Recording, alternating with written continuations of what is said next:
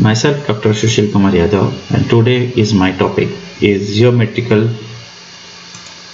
isomerism, cis-trans isomerism. The isomerism which arises due to restricted rotation about a bond in a molecule is known as geometrical or cis-trans isomerism. So the restricted rotation is also known as geometrical isomerism or cis-trans isomerism. The rotation either about a double bond or about a single bond incorporated in a ring is restricted. Also, there may be restricted rotation about a single bond due to steric hindrance. For example, as in many biphenyls, compounds having restricted rotation about a bond exhibit geometrical isomerism if they are suitably substituted. So, geometrical isomerism is restricted rotation. So, geometrical cis-trans isomerism is exhibited by a variety of compound which may be classified as follows. तो geometrical isomerism में और निम्न compounds के अंदर पाया जाता है. Compound which contain a double bond like carbon-carbon double bond, carbon-nitrogen double bond and nitrogen-nitrogen double bond. Compound containing cyclic structures like homocyclic, heterocyclic and fused ring and ring system. So compound which having carbon-carbon double bond like carbon-carbon double bond, carbon-nitrogen and nitrogen-nitrogen. And the second is compound which contain the cyclic structures like the homocyclic, heterocyclic, fused ring and the ring systems. The third one is compounds having restricted rotation about a single bond due to steric hindrance, some biphenyls. These are the some biphenyls shows the restricted rotation which shows the geometrical isomerism. No stereoisomerism can result from triply bonded tetravalent or trivalent atom because such system displays cylindrical system. तो triple bonded जितने भी compound हैं वो स्टीरियोआइसोमेरिज्म प्रदर्शित नहीं करते हैं because they shows the cylindrical systems. Conditions for geometrical isomerism. क्या शर्तें रहेंगी geometrical के लिए? Compound will show geometrical isomerism if it fulfills the following two conditions. दो कंडीशन है जिसके कारण हमें पता लग जाएगा कि जियोमेट्रिकल आइसोमेरिज्म प्रदर्शित करेगा या नहीं. There should be restricted rotation about a bond in the molecule, यानी डबल बॉन्ड होगा और रोटेशन जो होगा रिस्ट्रिक्टेड रोटेशन होगा. And the both substituents on each carbon about which rotation is frozen should be different. For example इसे समझते हैं. इसमें ये जो कंपाउंड रहेगा, first condition is carbon carbon double bond, जो कि एल्कीन का एग्जांपल ले रहे हैं, जो कि सबसे पहले कौन सा लिया इसका एग्जांपल ले रहे हैं. कार्बन कार्बन के बीच डबल बॉन्ड आना जरूरी है. एंड द सेकंड वन इस कार्बन से जुड़े हुए दो प्रतिस्थापी हैं, सब्स्टिट्यूटेड हैं और दोनों के दोनों कैसे होने चाहिए, अलग होने चाहिए. It means A is not equal to B, यानी दोनों सेम नहीं हो. और इस कार्बन से जुड़ा हुआ जो है सी और डी जो कंपाउंड है, ये और ये दोनों सेम नहीं होना चाहिए, तब ये पूरा का पूरा जो कंपाउंड है ये जियोमेट्रिकल आइसोमेरिज्म प्रदर्शित करेगा. फॉर एग्जांपल इसी के अंदर ले लेते हैं.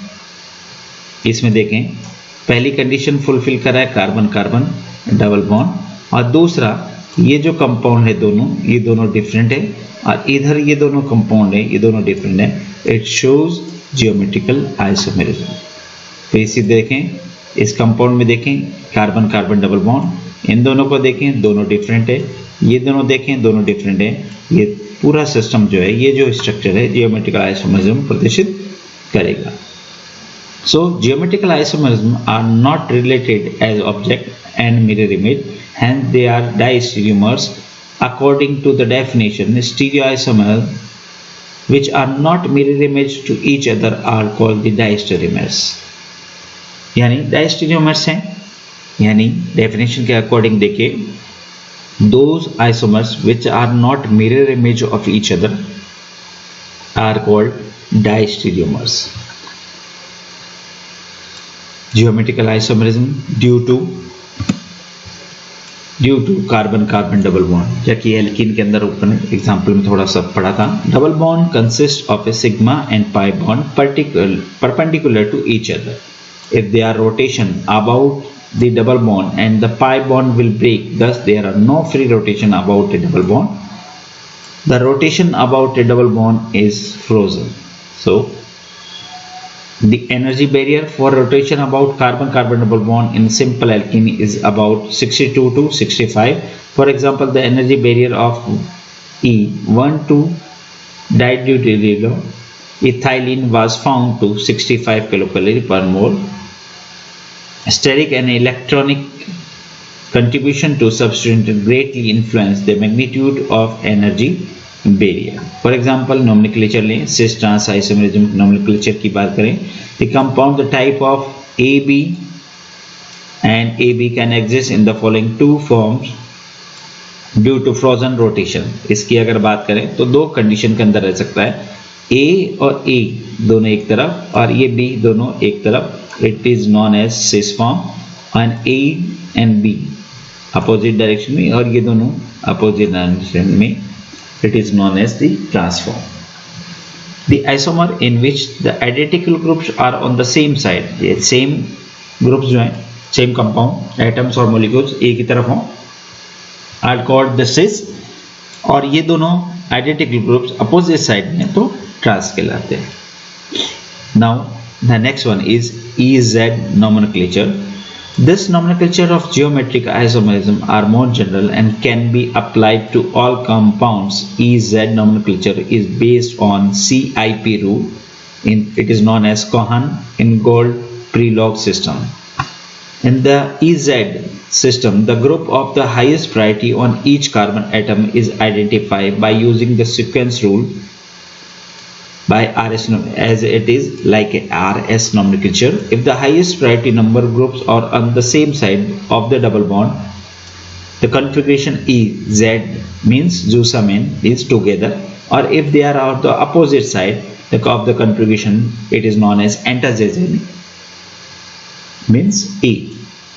For example, first condition देखें geometrical की, कार्बन कार्बन डबल बॉन्ड है, that's right. सेकंड कंडीशन में देखें, ये दोनों जो कंपाउंड है वो Br और H दोनों डिफरेंट है. यहाँ भी देखेंगे F और Cl है वो डिफरेंट है. It follow geometrical isomerism. इसको देखने के बाद में E और Z देखते हैं तो प्रायोरिटी देखते हैं. इसमें प्रायोरिटी जो है high atomic number high priority देंगे, तो इस दोनों के अंदर देखें तो Br को प्रायोरिटी फर्स्ट मिलेगी, हाइड्रोजन को प्रायोरिटी सेकंड मिलेगी. क्लोरीन और ब्रोमीन के अंदर देखें हाई एटॉमिक नंबर किसका है, क्लोरीन का ज़्यादा, तो प्रायोरिटी नंबर 1 इसको मिलेगी, और फ्लोरीन का उसके बाद कम, तो इसकी प्रायोरिटी सेकंड नंबर पर मिलेगी.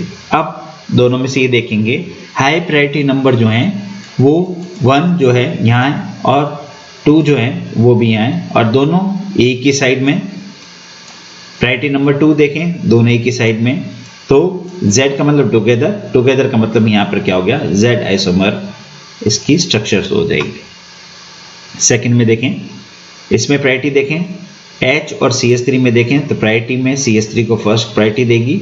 इसके अंदर देखें प्रायोरिटी में देखें तो इसमें भी प्रायोरिटी CH3 को पहले देंगे, और ये जो प्रायोरिटी है ये दोनों एक दूसरे के बिल्कुल अपोजिट हैं, ये अपोजिट हैं. और 2 वाली पोजीशन पे देखें ये दोनों भी एक दूसरे के अपोजिट डायरेक्शन में.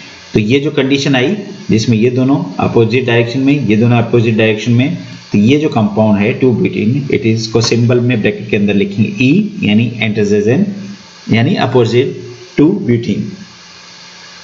नेक्स्ट लेते हैं, इन दोनों के अंदर देखें CH3 को प्रायोरिटी पहले दी, यहाँ पे प्रायोरिटी किसको दी, यहाँ पे CH3, और दोनों एक ही तरफ हैं, 2 पोजीशन एक ही तरफ हैं, यानी इसके अंदर जो कंपाउंड बना था वो E2-ब्यूटीन था, यहाँ पे जो कंपाउंड बना दैट इज Z जोसामिन. दोनों प्रायोरिटी वाले एक ही समूह एक तरफ हैं, तो Z2-ब्यूटीन का एग्जांपल देंगे. इसके अंदर देखें इसमें प्रायोरिटी इसको फर्स्ट मिलेगी E. इसके अंदर प्रायोरिटी देखें तो Me3 NMet इसकी प्रायोरिटी देखें, इन दोनों के अंदर इसको प्रायोरिटी फर्स्ट मिलेगी, इधर प्रायोरिटी ये, और दोनों एक दूसरे के अपोजिट डायरेक्शन में, so it is known as E.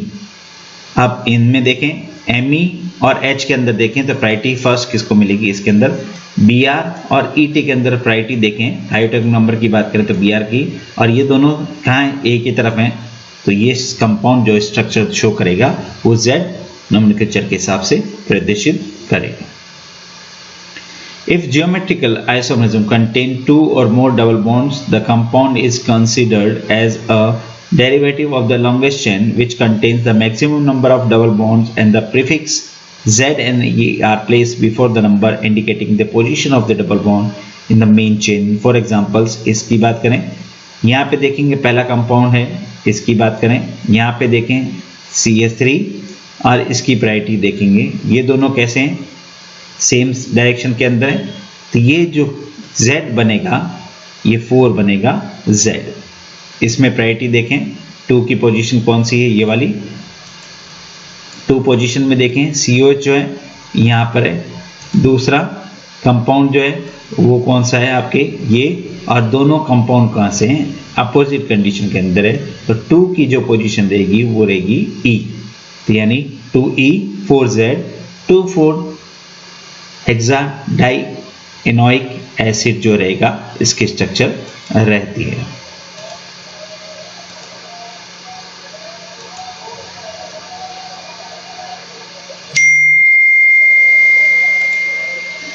Next example लेते हैं, यहां से शुरू करेंगे, तो 3Z और 5E की बात करें, 3 की बात करें, ये जो कंपाउंड है इसकी प्रायोरिटी देखें, और इस कार्बन के अंदर इसकी बात कर रहे हैं, इसमें ये प्रायोरिटी देखें, ये 3 के अंदर रहा Z की कंडीशन, दूसरा कंपाउंड रहा ये, और इसके अंदर ये पूरा जो पूरा कंपाउंड रह गया इस कंडीशन में। तो प्रायोरिटी की अगर बात करें, 3 की अगर बात करें तो दोनों समूह जो हैं ये एक की तरफ हैं, तो 3 कौन सा हो गया आपके पास, Z की पोजीशन पे। फिर आगे देखें 5E की पोजीशन में, 5E की पोजीशन देखें तो ये जो पूरा कंपाउंड है इसमें इस तरफ देखें ये पूरा होल कंपाउंड एक तरफ हो गया, और H और CH3 की बात करें यानी इन दोनों की बात करेंगे, इन दोनों की बात करेंगे तो इसमें प्रायोरिटी किसको मिलेगी, इसको यहाँ, और इसको ही प्रायोरिटी मिल रही है, और दोनों अपोजिट डायरेक्शन में, इसीलिए इसे क्या कहेंगे 5E। तो 3Z 5E ये कंपाउंड की स्ट्रक्चर्स हो जाती है।